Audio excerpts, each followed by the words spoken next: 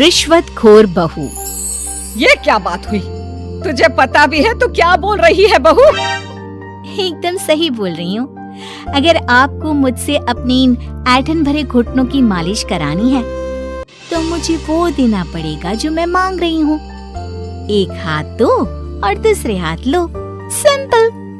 बहू हूँ, इसका मतलब ये नहीं कि नौकरानियों की तरह काम करूँ।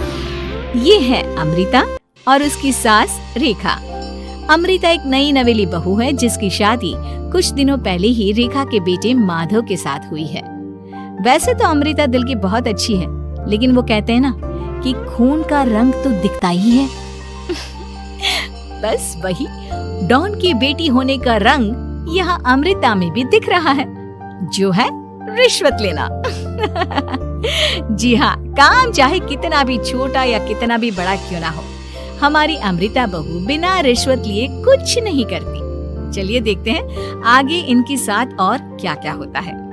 रेखा और अमृता को लड़ते देख ससुर प्रेमचंद वहाँ आता है और कहता है, अरे क्या हुआ? काहे इतना तिल मिला रही हो रेखा? अरे कुछ बोलोगी भी या कानों में हड़ताल हो रखी है तुम दोनों के? देखिए ना पापा जी, माँ जी ने मुझे कहा कि मैं उनके घुटनों की मालिश कर दूं, लेकिन उसके बदले में माँ जी मुझे वो हीरो वाला पुश्तैनी हार देने से इनकार कर रही हैं। क्या? घुटनों की मालिश के लिए हीरो का पुश्तैनी हार कौन मांगता है बहू?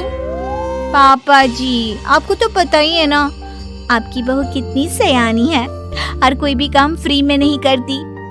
और अब शेखावत खानदान का आटा तो इतना भी गीला नहीं है कि अपनी बहू को हार ना दे पाए। क्यों माय डियर माँ जी? देखा आपने प्रेमचंद जी, ये अब मुझसे पुश्तैनी हार मांग रही है, कल को पूरा घर मांग लेगी। अरे जा जा, मैं खुद कर लूंगी अपनी मालिश।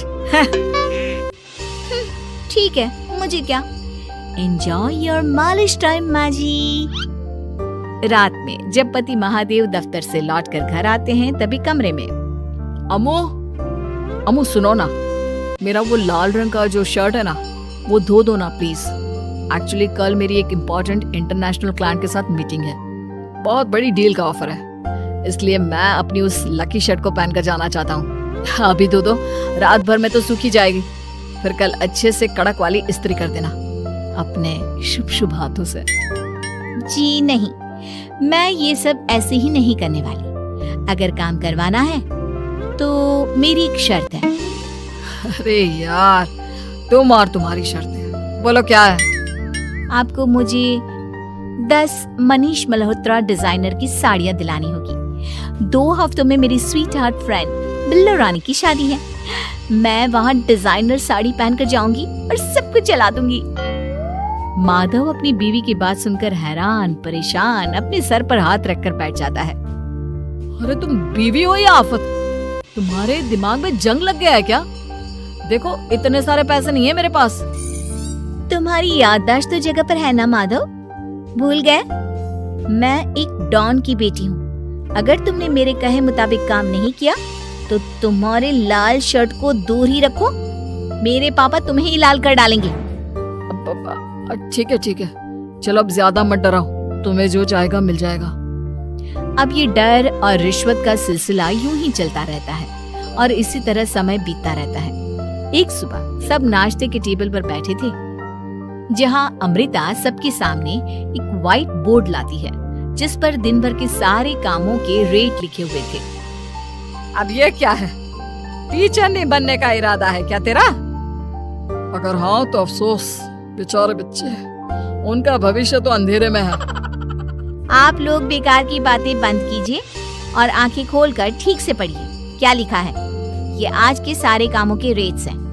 आलू पराठे, चाय, दाल, रोटी, चावल, सब्जी, हलवा, मिठाई, रसोई की सफाई, वॉशिंग मशीन में कपड़े धोना, ओखल में मसाले कूटना और माँ जी और पापा जी की अलमारी की सफाई करना। इन सब कामों की कुल मिला के जो रकम बनती है वो है ये 10,000 रुपए और माँ जी की लेटेस्ट लाए हुए सोने के झुमके भी। अमृता, तुम इंसान हो या हैवान? जरा तो दया करो हम पर। हे राम जी, उठा लो, अब ना देखा जाता ये सब। सच में पता नहीं कौन सा दिन था वो जब ये हमारे घर आई। महादेव, तेरे प्यार ने तो हमारा जीना दुश्वार कर दिया बेटा।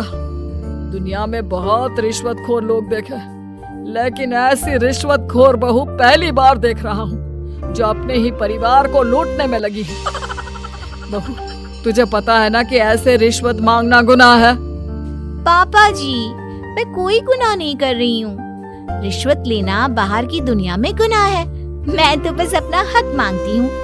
मेरी रिश्वत रिश्वत नहीं, मेरा शगुन है, नेक है। और वैसे भी मैं एक बहू हूँ, इसका मतलब ये नहीं कि मैं सब काम पूरी जिंदगी फ्री में करूँ, आपके चरणों को धोते बैठूं और 24 घंटे आपकी नॉन स्टॉप सेवा करती बैठूं। चलिए छोड़िए, नाश्ता और खाना चाहिए तो बोल दो जल्दी से, वरना मैं चली थिएटर। आज मेरे फेवरेट सलमान की पिक्चर रिलीज हुई है। इतना कहकर अमृता वहाँ से चली जाती है। इस बेवकूफ का जल्दी कुछ करना पड़ेगा। कुछ दिनों बाद घर में पूजा रखी थी और पूजा में 11 पंडितों का खाना बनाने के लिए कहा जाता है, वो भी नई बहू के हाथों से। देखो अमृता बहू, आज घर में पूजा है, 11 पंडितों को खाना खिलाना है। 56 भोग बना पाओगी? उन्होंने कहा है कि नई बहू के हाथों का खाना ही होना चाहिए, नहीं तो मैं रेखा को ही बोल देता हूँ। ओ कम ऑन पापा जी, खाना तो मैंने फ्री फंड में अपने घर में भी कभी ना बनाया, तो अब आपको क्या लगा कि पूजा का नाम लेकर आप मुझे अपनी झांसी में फंसा लोगे? अरे कल मुही, बस अब बस, पहले सुन भी ले क्या कह रहे हैं हम। तुम्हें जितने पैसे चाहिए, जितने तोहफे चाहिए, सब ले लेना, बस पूजा पाठ में कोई बाधा नहीं आनी चाहिए। ओहो, ये हुई ना समझदारी वाली बात। ठीक है, अब आप लोग निश्चिंत रहिए, मैं ऐसा खाना बनाऊंगी कि उन 11 पंडितों की 11 पुश्तें भी मेरे खाने के स्वाद को याद रखेंगी। अमृता पंडितों के लिए खाना पकाती है और पूजा संपन्न होने के बाद उन्हें केले के पत्तों पर खाना परोसती भी है, जिस पर खाने का पहला निवाला खाते ही वो क्या भोजन है। हम इतनी जगहों पर जाते हैं, लेकिन इतना अच्छा स्वाद तो काफी मुश्किल से चखने मिलता है। रेखा जी, प्रेमचंद भाई साहब, आप लोग सच में भाग्यवान हो कि आपको इतनी सर्वगुण संपन्न बहू मिली है, जिसके हाथों में साक्षात माँ अन्नपूर्णा विराजती है। सर्वगुण संपन्न सबको संपन्न कर देगी यह खूंखार औरत, कुंडली मार कर बैठ गई है मेरे बेचारे बेटे के जीवन में। एक मिनट, अरे ये बात मेरे इस बूढ़े दिमाग में पहले कैसे नहीं आई? इस अमृता की बच्ची को मैं अपने घर से बाहर कैसे निकालूं? इसका उपाय तो पंडित जी के पास जरूर रहेगा। रेखा अगले दिन पंडित जी के पास जाकर उन्हें अमृता के बारे में सब कुछ बता देती है, जिसे सुन पंडित जी भी परेशान हो जाते हैं। अरे अरे अरे अरे, ऐसी बहू तो 7 जन्मों में भी किसी को नसीब ना हो भगवान। देखिए रेखा जी, आपकी रिश्वतखोर बहू और आपके बेटे की कुंडलियों को जोड़कर देखा है मैंने, लेकिन इसमें तो यही बता रहे हैं कि ये आपके जीवन से कभी नहीं जाने वाली। इसलिए उसे सुधारने के लिए जल्दी आप लोगों को ही कुछ करना होगा, नहीं तो एक दिन वो आप लोगों को कंगाल करके ही दम लेगी। नहीं नहीं, ऐसा हरगिज नहीं होगा। मैं कुछ करूंगी, हाथ पे हाथ धरे नहीं बैठूंगी मैं। वहीं घर पर अमृता को ये पता चल जाता है कि उसकी सास रेखा पंडित जी के पास उसकी और महादेव की कुंडलियां लेकर गई थी, और इस पर जब रेखा घर लौटती है तब, वाह माँ जी वाह, बहुत ही ज्यादा सयानी निकली आप तो। लेकिन मैं आपको एक बात बताना चाहती हूँ कि मेरी और महादेव की कुंडलियां जोड़कर पूजा पाठ और हवन करके भी कुछ नहीं मिलेगा, क्योंकि मैं ऐसी बला हूँ जो आप सबकी जिंदगियों से अब कभी नहीं टलने वाली। फिर चाहे आप कितने भी टोटके हवन या उपाय कर लें। तो खुद को समझती क्या है रे बदतमीज, तुझसे बात करना तो दूर, मुझे तो तेरी शक्ल देखना भी नहीं पसंद। अब सास बहू के बीच एक अनकहा सा युद्ध छिड़ जाता है। दिन बीतने लगते हैं, लेकिन एक दिन अचानक रेखा की तबीयत हद से ज्यादा खराब हो जाती है और उसे सांस लेने में भी काफी दिक्कत और परेशानी महसूस होती है। जब उसे डॉक्टर के पास ले जाया जाता है तब डॉक्टर चेकअप करके कहते हैं, देखिए, मैंने सारे टेस्ट करके देख लिए हैं और रिपोर्ट्स को क्रॉस चेक करके ये पता चला है कि रेखा जी को गंभीर दिल की बीमारी है।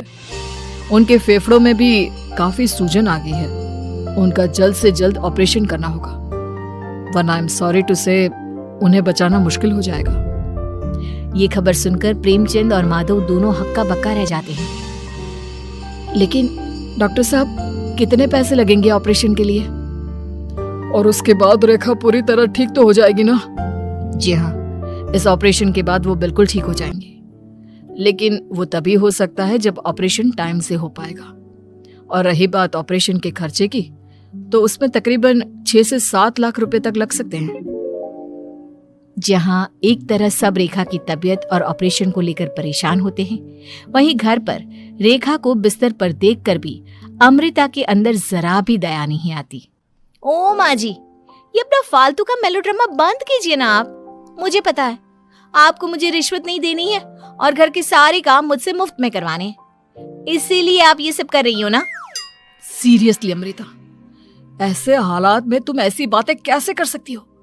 हम यहाँ परेशान हैं कि ऑपरेशन कैसे कराएंगे, बैंक में इतने पैसे भी नहीं है, और तुम माँ को ताने सुना रही हो। अरे अमृता बहू, मैं भला ढोंग क्यों करूंगी? हम 6 से 7 लाख का बंदोबस्त कैसे करेंगे? करेंगे पापा, कैसे भी करेंगे। अमृता, अगर कभी भी जिंदगी में तुमने मुझसे सच्चा प्यार किया है, एक पल के लिए भी सही, तो तुम्हें आज इस परिवार, इस घर की नींव, मेरी माँ को बचाना होगा। हमने अपना सब कुछ तुम्हें दे दिया है, अब तुम्हारी बारी है अपने किए का हिसाब चुकाने की। मुझे पता है तुम्हारे अंदर भी दिल है। अमृता बिना कुछ कहे वहां से चली जाती है और अपने कमरे में जाकर वो अलमारी में से अपनी माँ की तस्वीर को निकालकर अपने सीने से लगाती है और भावुक हो जाती है। माँ, आपके जाने के बाद पापा ने ही मेरा ख्याल रखा, लेकिन उनकी वजह से ही मुझ में काफी बुरी आदतें भी आ गई। शायद मुझे इतना बुरा आपकी गैर मौजूदगी ने ही बनाया। मैंने कभी आपकी लोरी नहीं सुनी, आपकी गोद में नहीं सोई, आपके हाथों से अपने बालों की चंपी नहीं करवाई, क्योंकि वक्त से पहले ही आप मुझे यहाँ छोड़कर चली गई।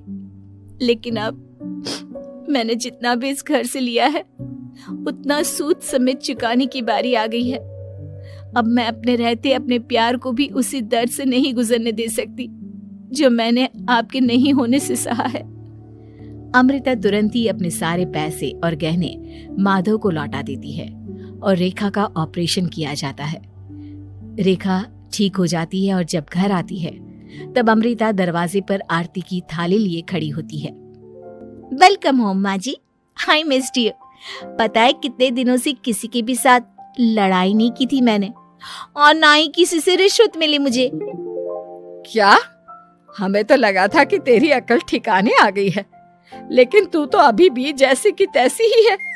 माँ जी, पूरी बात तो सुनिए। हाँ, ये सच है कि मैं रिश्वत लिए बिना नहीं रह सकती लेकिन अब ना मेरी रिश्वत बदल गई है। अब मुझे हर काम के बदले झप्पी, अपनापन, प्यार और अपनी इस माँ का दुलार चाहिए ये सब तो हम तुझे भर भर के दे सकते हैं बेटा।